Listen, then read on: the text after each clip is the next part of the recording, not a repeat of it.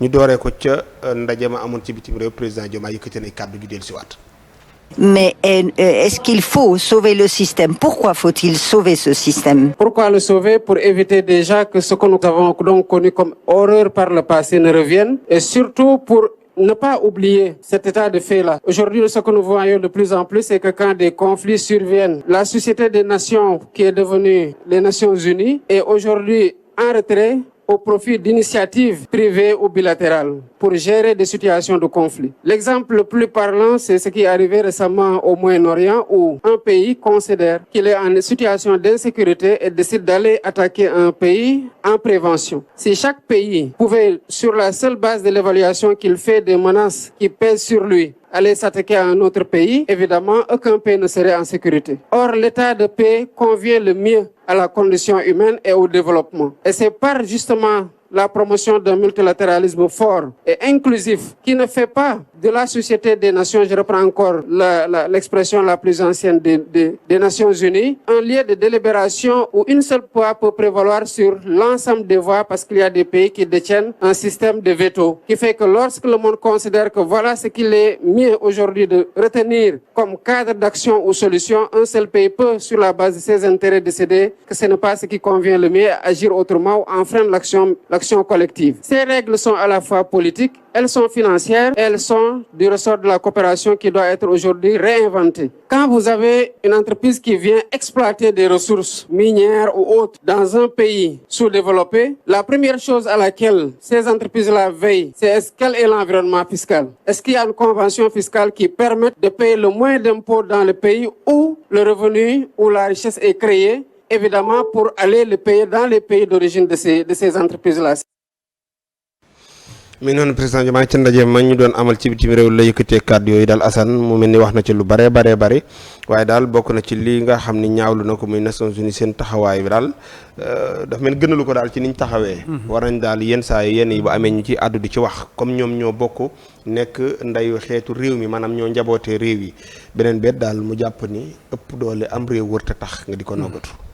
waaw am na solo kii boobu nga wax naan Nations Unies. moom Afrique léegi la yilif wala dafa dem bitim réew. ñëpp la. ñëpp ci bokk.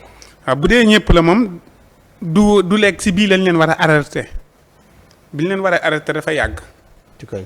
ndax ñoom ñii nga xam ne ñoom lañ not ba tax États-Unis ñoom jóg dox si tànk jàmm ñoom ñi ngi noté chaque jour. ñuy noté. ñoom non dama ne. ñi doon not ba tax États-Unis ñoom jóg di wax. Iran. wala Israël. ñaari réew yooyu am na réew mu si doon noté damay bañ a jaawale ñaari réew yi mais. wala yow xam na li may wax Palestine gi ñu doon not. ñu doon not voilà. Palestine waaw xam nga xeex bu mujj bii ku ne yaa ngi naan maa gagné. wax ma bu mujj bi de. waaw dafa am xeex boo xamante ni moom kooku day jékki-jékki rek daal di dóor ba doyal bàyyi. waaw moom la Israël moo ko doon def Palestine. waaw Palestine moom. waaw léegi nag ñii boobu ba léegi ñu ngi ni kenn waxuñu si te boobu dañ see war di wax sooy boobu mu ëpp farate yi.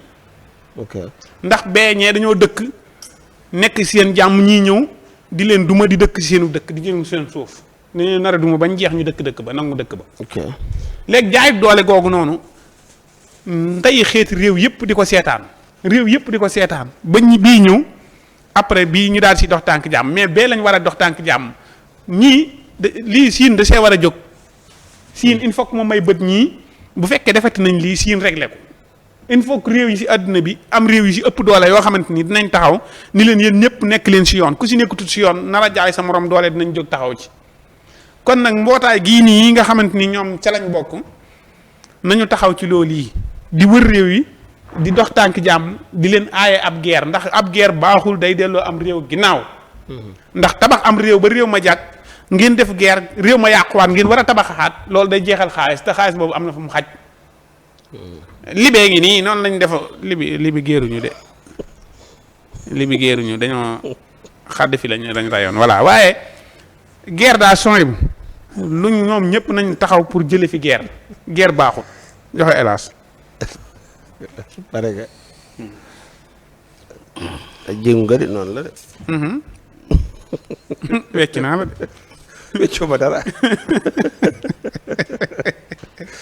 alal ba ma jox dara buy jéngu day gëdd wax ji. mel ni wax ji ñor na ko ñoru ko de. wecc na la de. waaw li xaaram njaara si naan gars yi dañuy ñëw ci dëj na la saa yi moom nu def ba gars yi mel ni affaire bi da ñor te ñoru leen. loo gisee kàddu président Diomaye mel ni daal saa su yëkkatee. rawatina pays sous-développé yi gën na koo ñor mi ngi koy wax ci biir kàddoom. daal waaye itamit bañ na ñi yor doole di noggatu ñu yor doole. waaw xam nga li mu wax dafa am solo parce que li tax mu am solo ni ñu ko gën a expliquer mu gën a wàcc nit ñi gën a comprendre. mi ngi mel ni Assane. yor këram son bu yor këram.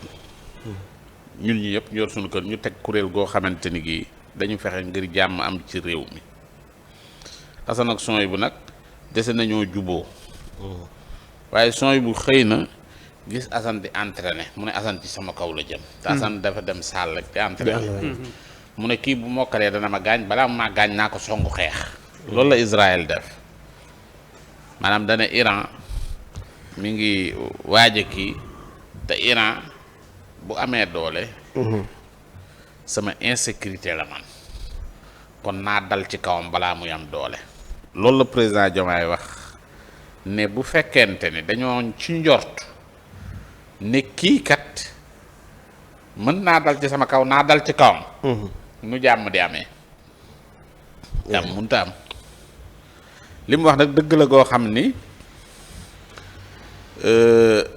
ñëpp a ko xam waaye du ñëpp a ko ñemee wax. du ñëpp ko ñemee wax. waaw ñëpp xam nañ dëgg gi waaye du ñëpp a ko ñemee wax maanaam dañu dem ba ci diplomatie dañuy fexe de telle sorte que ñëpp dinañ xam liy dëgg waaye li ci pénc mi moom duñu ko wax. moo tax pareen saay raar ngay gis yenn chef d'état yi jël ay position yenn yi maanaam li ñuy wax ñëpp dañ koy xam. waaye kenn du ko ñemee wax donc boo gisee li tax yëf yi fés mooy dafa wax li ñëpp ne xam te ñemewuñ koo wax loolu nag courage la tudd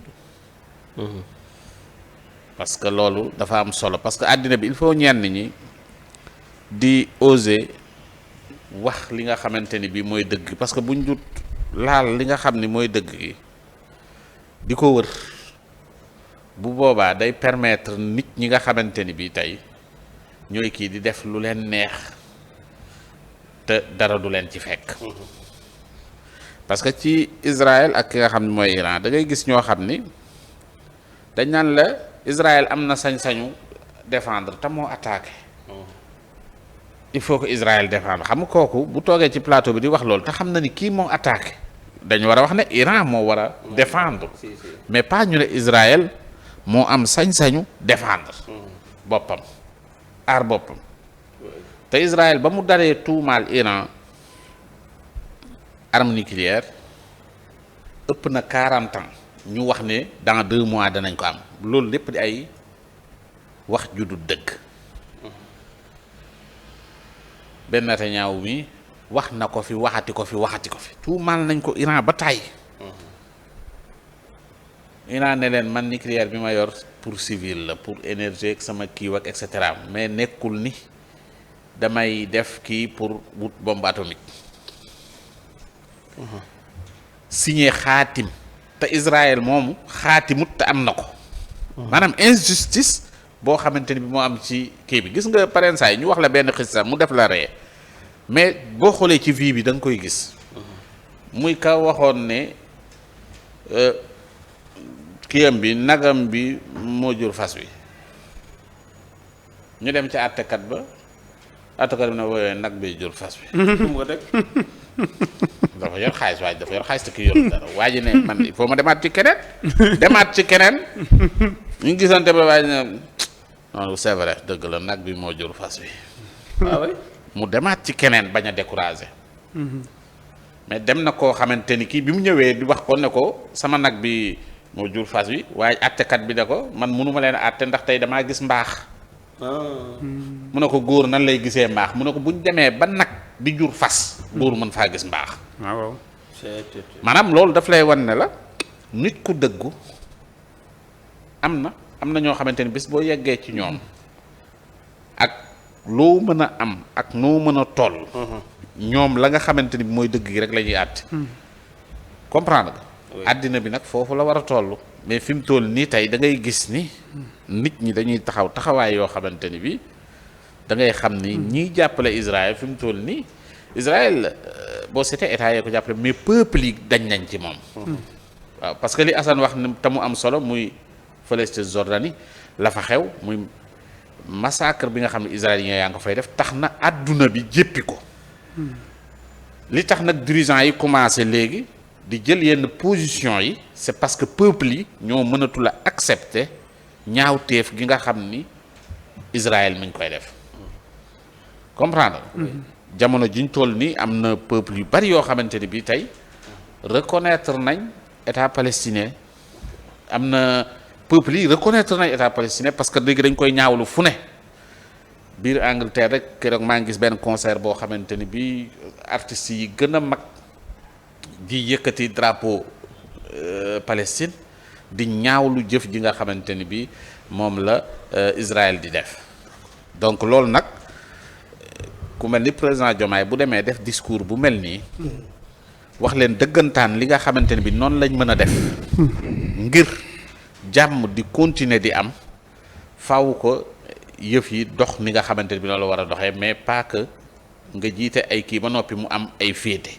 loolu mooy li nga xamante ni bi mooy jafe-jafe parce que am na ñu bari ñoo xamante bi dañuy wéeru rek ci fi Amérique wéeru fa la ñuy wéeru. d'accord mais ni war nga ko mosal si wàllum sécurité boobu maa xëy rajo yi ak journal yëpp yéenekaay yi ñu ni suñu diggante su ma juumul mu Mali la 1 kilomètre et quelque dégg nañ bali fital yaa ngi dóor ñu ngi ñëw di tiit nañ daal. rajo yan nga ko dégg. tey waaw tey waaw bali fital diggante ak Mali. suñu diggante nee na 1 kilomètre a nangam bal yaa ngi ratatati pour war a ñëw fii. fii waaw terroriste yoo xam affaire yooyu loolu nag. non yoon rajo yoo xam waaw yoon war nañ see gaaw jóg ñu lijjanti. loolu ban rajo ko. rajo yoo ñëpp wax nañ Sénégal gépp Sénégal ah déglu leen xibaar yi.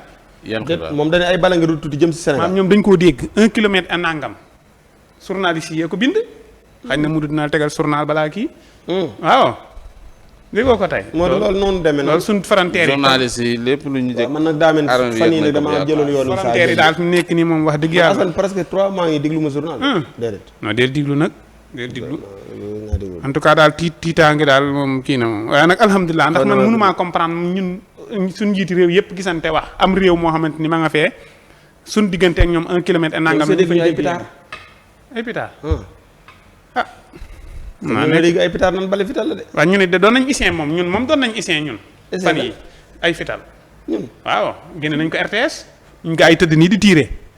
ak yor seen yooyu lañ dégg. ah man naa ñu gis yooyee daal di yaakaar ni ñooñu duñ ay sénégalais waaye yooyee bu dee yooyee moom ay sénégalais lañ man seetaan naa ko RTS. waaye gars yi ne Assane wax na dëgg de. waaw. Assane yow mën naa wax lu metti waaye du wax lu du dëgg de. Assane li mu wax du dëgg moom. doo ko gis ànduma ci nag mën nga koo gis moom ànduma ci ak wóoru ak leer na ak leeru. waaye amul waaw mais c'est que dafa am kii xibaar yoo xamante ni bii.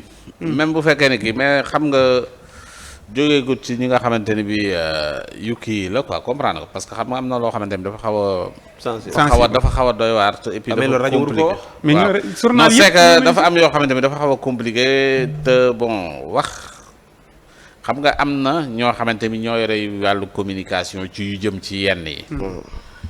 te ñooñu mënuñoo yëg loo xamante ni parce que pareen saay am na loo xamante ni bi du lépp la ñuy wax. xam nga ak internet nag léegi kenn xamut. waaw mais dafa am yu bari yoo xamante ni bi du lépp la ñuy toog di ko wax. moo tax pareen saay mën nga indi rek benn sax kii nu mu tuddati panique. mën nga indi ay panique mën nga indi ay. yu bari yoo xamante ni te fekk ne.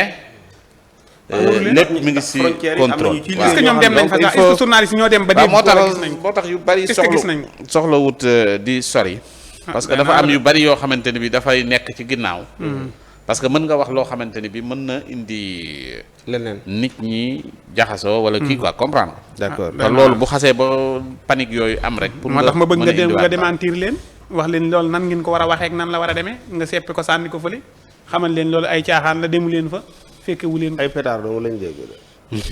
journaliste yi bu ñu leen bàyyee dinañ ñu tiital de. d'accord mi ngi noonu kon xam naa loolu kër yi saytu wàllum kaaraange gi ñu ngi ñuy seetaan waaw nañuy saytu kon mbir moom rajo yi di bind ko wax ndax mën naa indi panique li Alaaji wax am na ñooñ dépense wala xaalis bi ñu teralee seen njaboot ci frontière yi lañ koy liggéey wala ci diggante réew yi ñooñu nag bu ñu déggee lii journal yi wax moom mën naa am lu mu indi ci ñoom